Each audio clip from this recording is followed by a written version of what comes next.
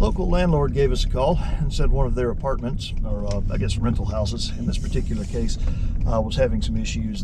All we really know is the maintenance people dropped by doing some touch-up, clean-up, trying to get it ready for the next tenant, and they have no cooling, they said. So we'll stop by and see what we can find. Maybe something easy, maybe not, but looks like gas furnace territory by the existence of gas meters through here.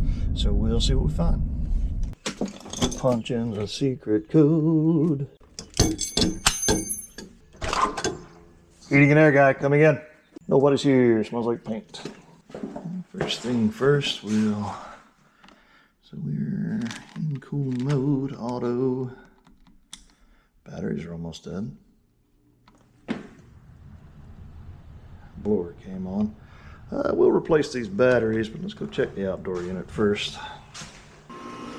Nope, it's running.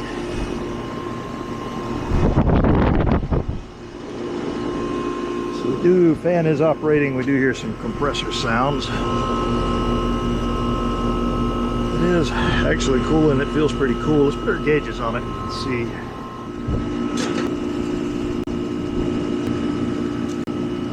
That should be fine. It is an old R22 unit. That pressure, talking 78 pounds, fairly warm. Was it 75 degrees inside? If I can get over to R22. So we're running a 46 degree vapor saturation point. Superheat's a little high, but going down just because we turned it on. Let's let this run for a little while, but I kind of wonder if we have an issue with the capacitor, or it may just be those thermostat batteries when they're low. If that's all we have operating that thermostat, there's no common. Sometimes they'll operate a fan relay, sometimes they won't. Sometimes they'll operate their little relay inside to turn the outdoor unit on, sometimes they won't. You know, it may just be that we have dead batteries going on. But we'll just double check these caps. So we could do this by unplugging it and just checking the capacitor, but I'll show you a trick. First, what we want to do is put our meter in amperage draw, and we will check the fan. So we're showing 0.72. So our amps, 0.72. We'll switch over to volts. Go between our common and our fan terminal over here, if I can get there.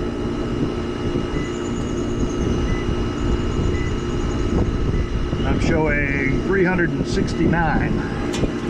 So what we can do is take our amperage, which was 0.72, I believe I said, multiply that by 2,652, which is 1,909, and then divide that by our, I already forgot what I said it was, I think it was 362.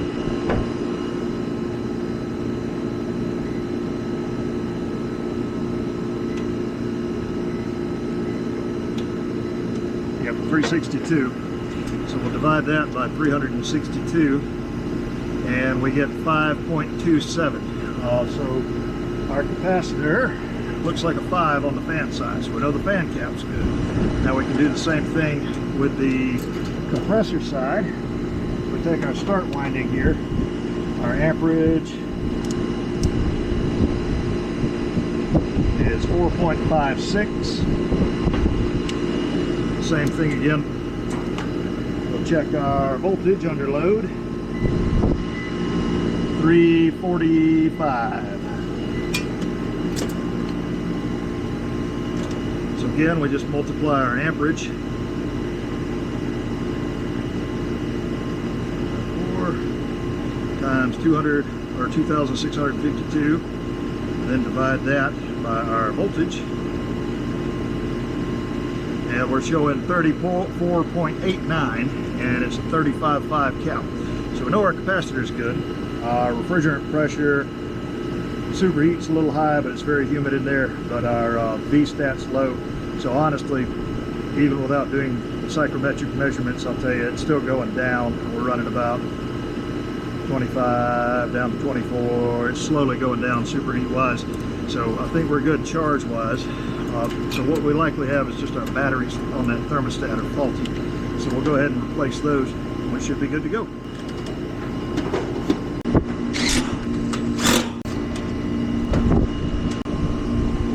I'm just checking to make sure O-rings are actually in here.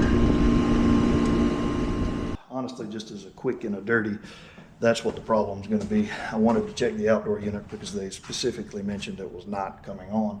But again, with our battery indicator, these will do that. They'll sometimes have enough power to display. Sometimes there'll be enough power to turn on the fan. Sometimes there'll be enough power to turn everything on the outdoor unit. Sometimes there won't be. It may have enough to turn on the fan, but not the outdoor unit, because we have a little relays built into these guys in the back here. So easy enough. We just pop these batteries out and replace it, and we should be good to go. Oops.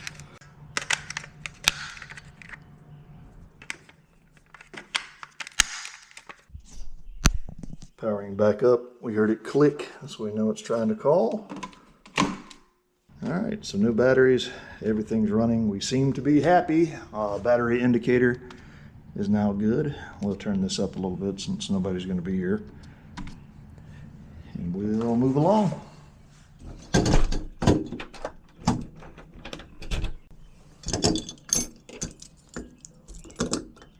Not too bad. We would kind of call that a nuisance call, but basically, being as I probably said as I was driving in here, I saw the gas meters and thought, these are going to be gas furnaces. A lot of times, especially in these older little subdivisions, they didn't really run a common wire for the thermostat. So you'll have your 24 volt hot, and then your Y for cooling, green wire for fan operation, and then a white wire for heat, and that's it.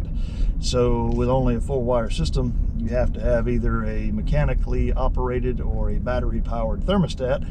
And if the batteries die, they'll do all kind of strange things. Like I say, sometimes there'll be enough power in your batteries to maybe operate every once in a while when they start getting low. On the other hand, it might just turn on the fan. It might not. It might turn on the outdoor unit. It might not. And looking in the back of those things, you've just got little tiny switching relays that, same kind of thing we see in the bigger units, just on a smaller scale. So might have enough to pull in one, both, one or the other, and that can happen. So being that they did specifically say the outdoor unit was not operating, I did want to check that just to make sure we didn't have something like a low refrigerant pressure causing the unit to shut down. Refrigerant pressure looked fine. Double check and make sure the capacitor looked good. It looked like a relatively new capacitor, but we went ahead and kind of showed you how to check a capacitor under load. Something you don't always have to do, but good thing to know. That way you don't have to shut things down, take it apart, and see what it's doing when it's actually running. So it can be helpful for troubleshooting and diagnostic reasons. But do be very careful when you do that, because you are dealing with a lot of voltage and amperage. But we'll move on to the next one, and hopefully the rest will be that easy today.